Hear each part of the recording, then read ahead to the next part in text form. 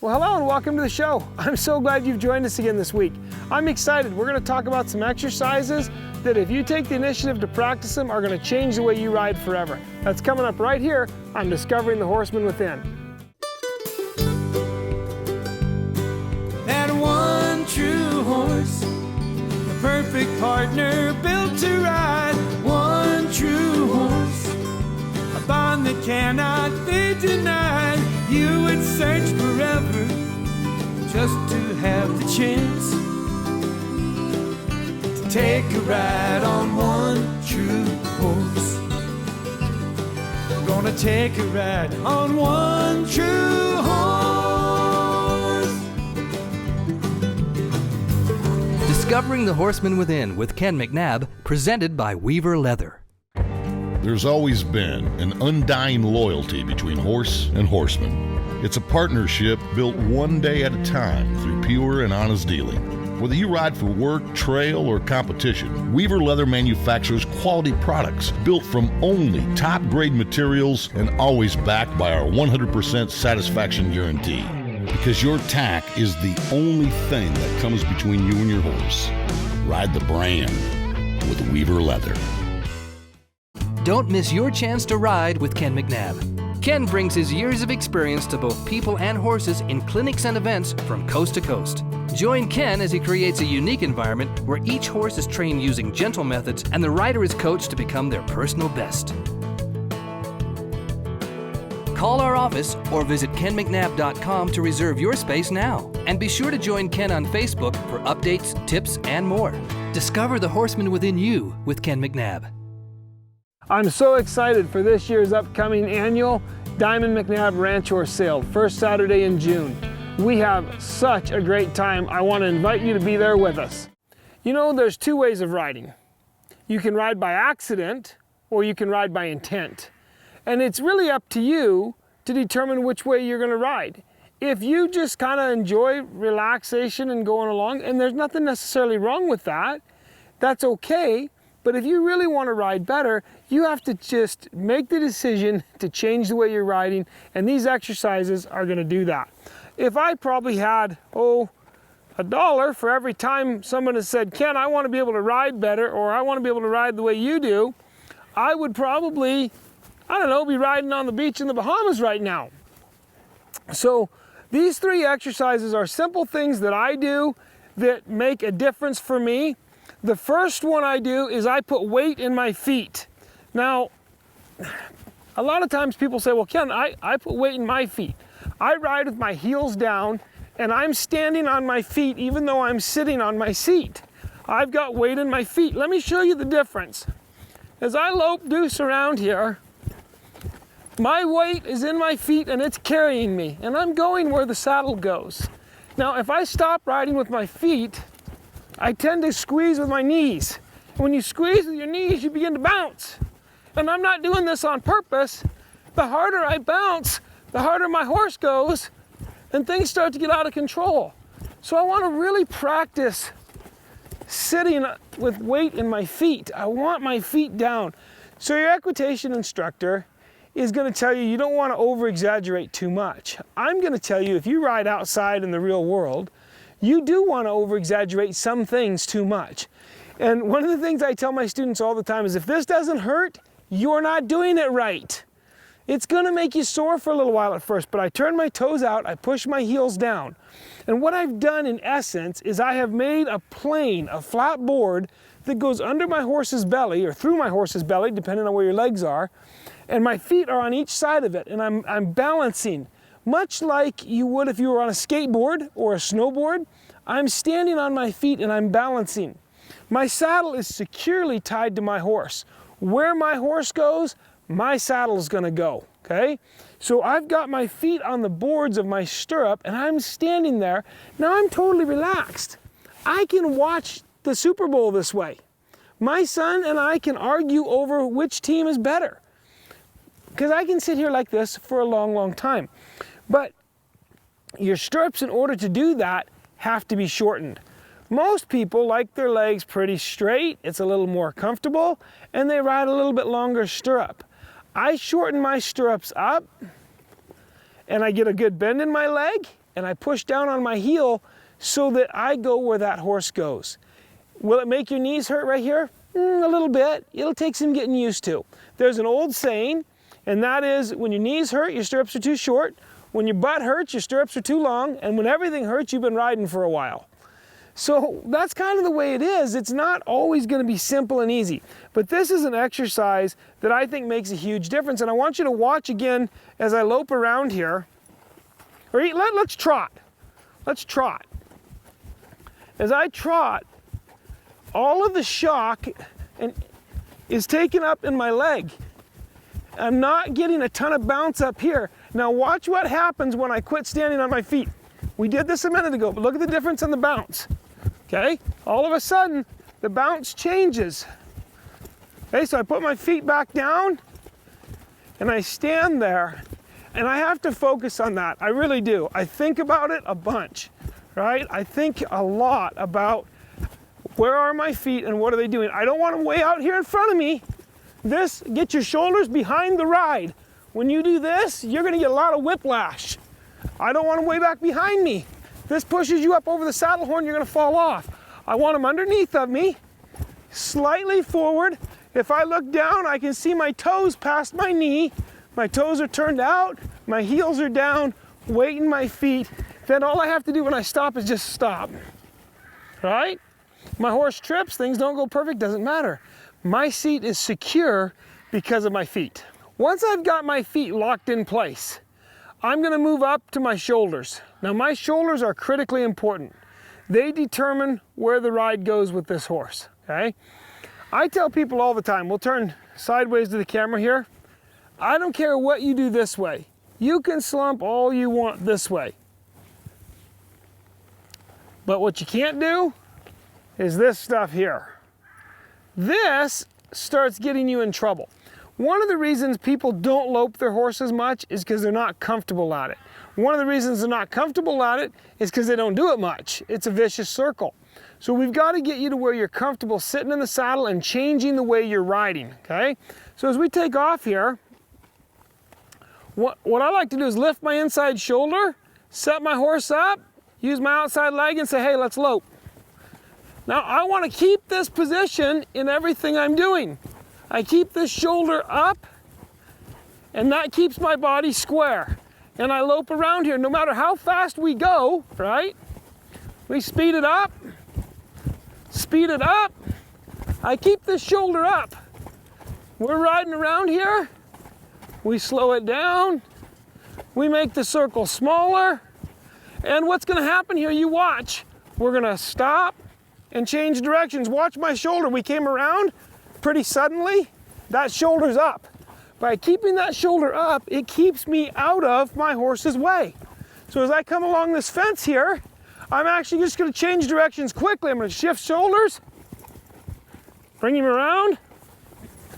My shoulder is up. You notice that? We're gonna do that again. Keep that shoulder up, and it allows your horse to stay balanced. Balance is so critical and so important to your horse. We're gonna come in here, I shift shoulders, lift my inside shoulder up. When he comes out of there, my shoulder is already up and out of his way. Balance, okay, first of all, you need to understand your horse is way stronger than you are. And he's way more athletic than you are. So he can balance without your balance. But the more you're balanced, the better job you do, the better job your horse is able to do. If you start slopping around in the saddle like this, it starts making it hard for him and for you, and you're bouncing around all over here. Your horse doesn't know where he's going, you don't know where he's going, and it starts making a very insecure ride.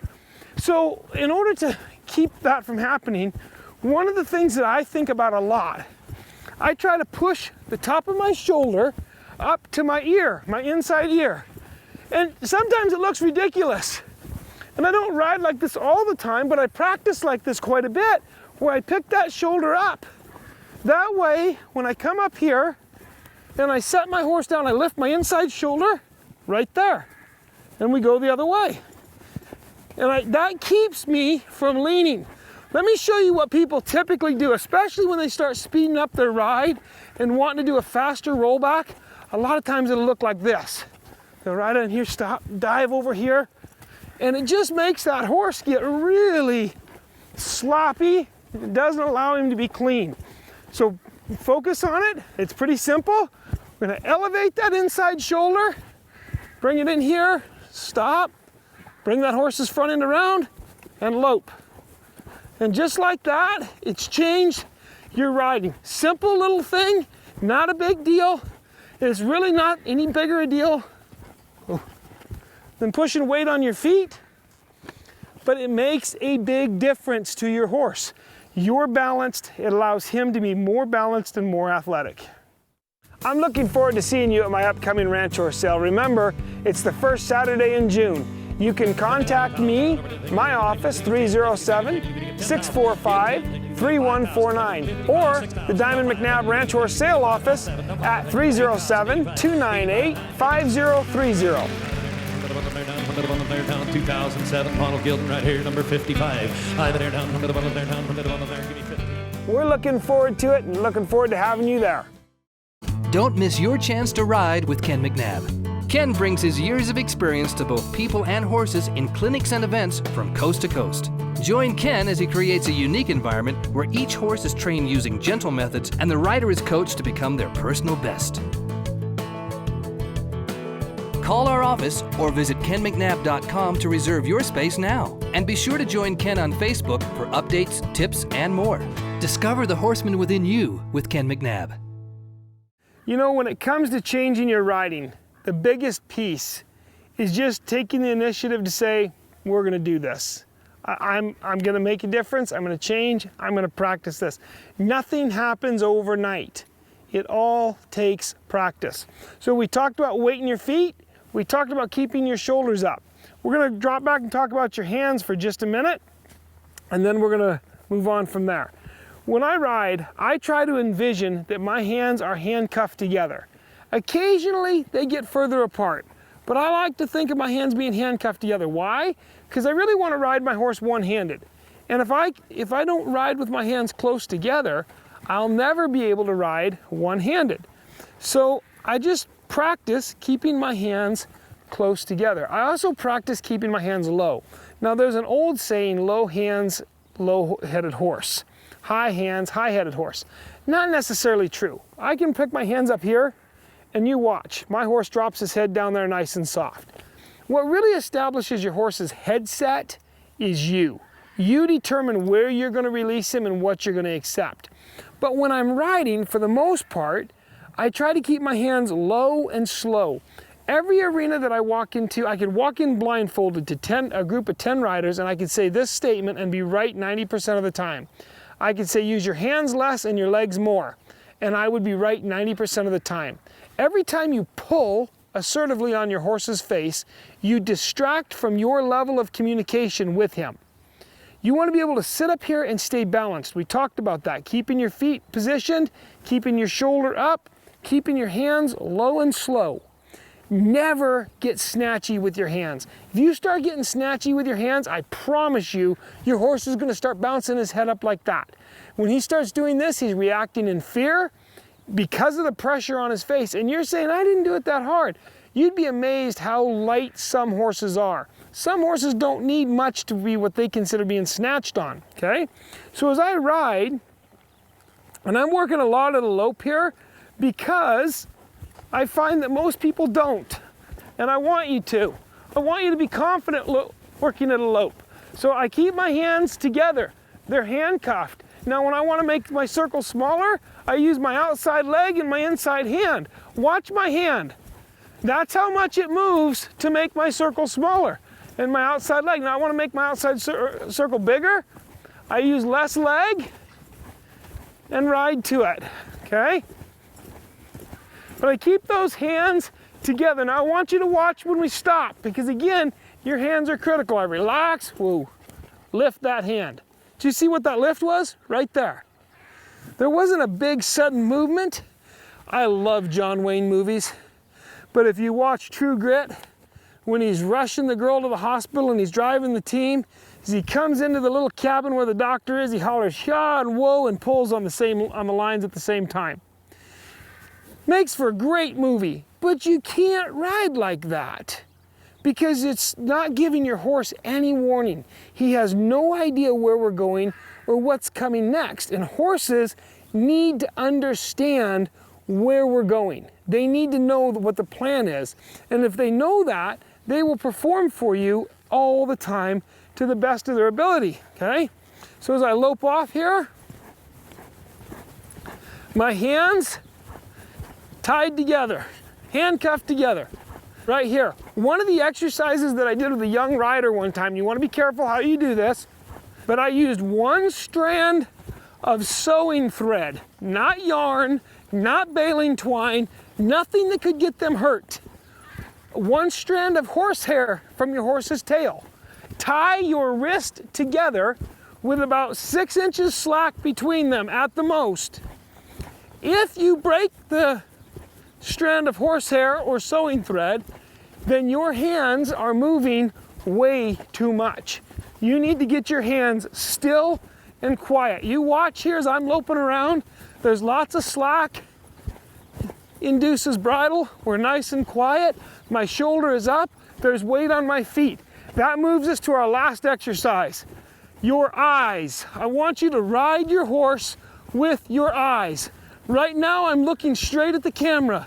Now I've already looked across the circle the other direction. I ride my horse with my eyes for this reason. Your eyes will take your horse where you want to go. I want to make the circle smaller. Watch my hands. Watch my hands. My circle's getting smaller. My hands aren't moving. My eyes are. My circle's getting much smaller.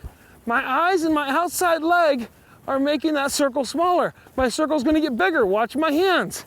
They didn't move much. What happened instead is my eyes. My eyes take this horse where I want him to go. I move him up here, and I look where I want him to go. One of the things that is absolutely amazing to me is if you keep your eyes up, your butt stays down. It's that simple. Watch what happens. I'm going to ride this way, and I'm not going to do it on purpose, but I guarantee you, you're going to see it. You're going to see all of us ride like this nowadays. We're so intent on trying to get our horse's nose soft that we've started riding like this. When you ride like this, your butt comes up out of the saddle, and you can't see where you're going. So your horse doesn't have any idea where he's going. Instead of loping pretty circles, he starts zigzagging in and out, doesn't know where he's going. Your butt comes out of the saddle, you run over your friends, okay? So, make that change of direction, lope off, fix the lead. Be diligent.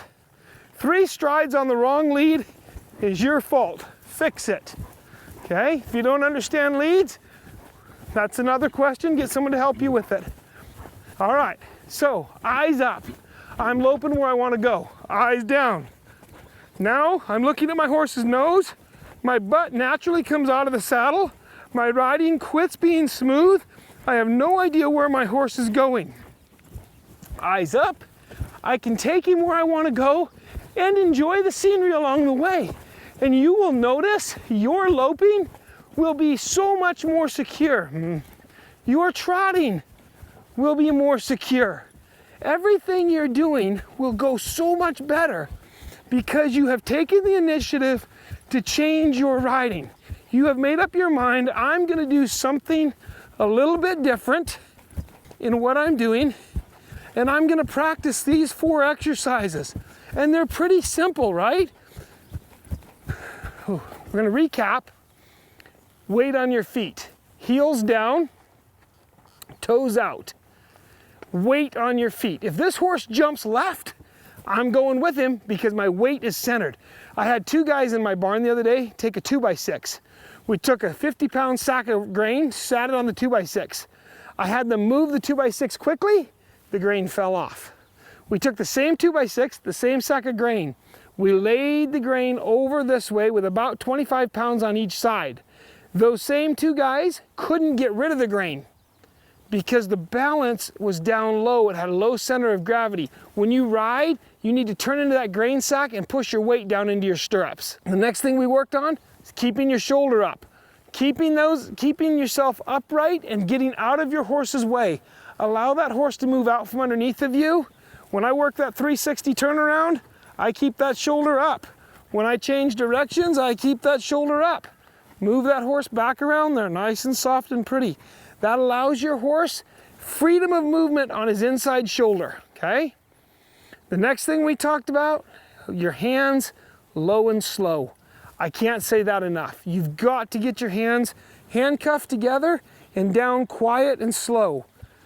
I know, I ranch for a living, and I know there's days when the cows are going the wrong direction and every one of us goes, whoa! It happens, I don't care who you are. But you want to build habits so it doesn't. You want to practice these habits at home. Lastly, ride with your eyes. Remember, eyes up, butt down. When you ride with your eyes, I see people trail riding at a walk like this. My goodness, what are you seeing? Your horse's chin. I trail ride to see the countryside. I have been that person. I had to learn. I had a lady tell me one time, Ken, you have no idea the emotional ups and downs that people go through when they're learning. I looked at her, I said, Val, you're right. I was just born knowing all this. God gifted it to me from birth. Of course not. I learned it all the same way you do. I had to learn it the exact same way. So eyes up, seat down, and you're gonna look where you're going, and it's gonna change your riding forever. Don't miss your chance to ride with Ken McNabb. Ken brings his years of experience to both people and horses in clinics and events from coast to coast. Join Ken as he creates a unique environment where each horse is trained using gentle methods and the rider is coached to become their personal best. Call our office or visit kenmcnab.com to reserve your space now. And be sure to join Ken on Facebook for updates, tips, and more. Discover the horseman within you with Ken McNabb. I'm looking forward to seeing you at my upcoming ranch horse sale. Remember, it's the first Saturday in June. You can contact me, my office, 307-645-3149, or the Diamond McNabb Ranch Horse Sale office at 307-298-5030. 2007 Pontiac Gildan right here, number 55. We're looking forward to it and looking forward to having you there. Discovering the Horseman Within with Ken McNabb has been brought to you by Weaver Leather. You know, initiative's a funny thing. It's a choice that you make. I know people who say, well, he's a workaholic. You know what? Even workaholics have things they don't like to do and don't want to do, and they make a conscious decision to do those things. My dad, for instance, is a workaholic. I've never seen a time when my dad wasn't going 900 miles an hour. At 71 years old, I still don't attempt to keep up to him. He is the Energizer Bunny. But you know what he told me one day? He said, Ken, I work hard and I work cheap, but I do it my way. That's because there's things he doesn't like to do. Initiative is the decision we make to do more. It's the decision we make to say, I'm going to get up early, I'm going to do what it takes to ride my horse. I had a lady, a dear lady, tell me not long ago, she said, I wish I could ride more, but I just don't have time. I gave a flippant answer, but it was a very sincere and true answer. My answer was, you have the same 24 hours everybody else has in their days. It determines how, you just determine how you use them. And sometimes we do. We have family crises and things come up and we don't get to ride, and that's all fine and dandy. But initiative is you saying, I'm going to do whatever it takes to accomplish whatever my goals are in life. Not just riding. Riding is secondary to many of your goals in life. I'm going to take the initiative to be kind and reach out to the people around me and change the world I live in. I'm going to take the initiative to go down to the homeless shelter and help change those people's world. Initiative, that's a conscious decision that we make. Nobody is born just successful. Nobody is born guaranteed happiness. Those are decisions that we make. It's the same in our horse training.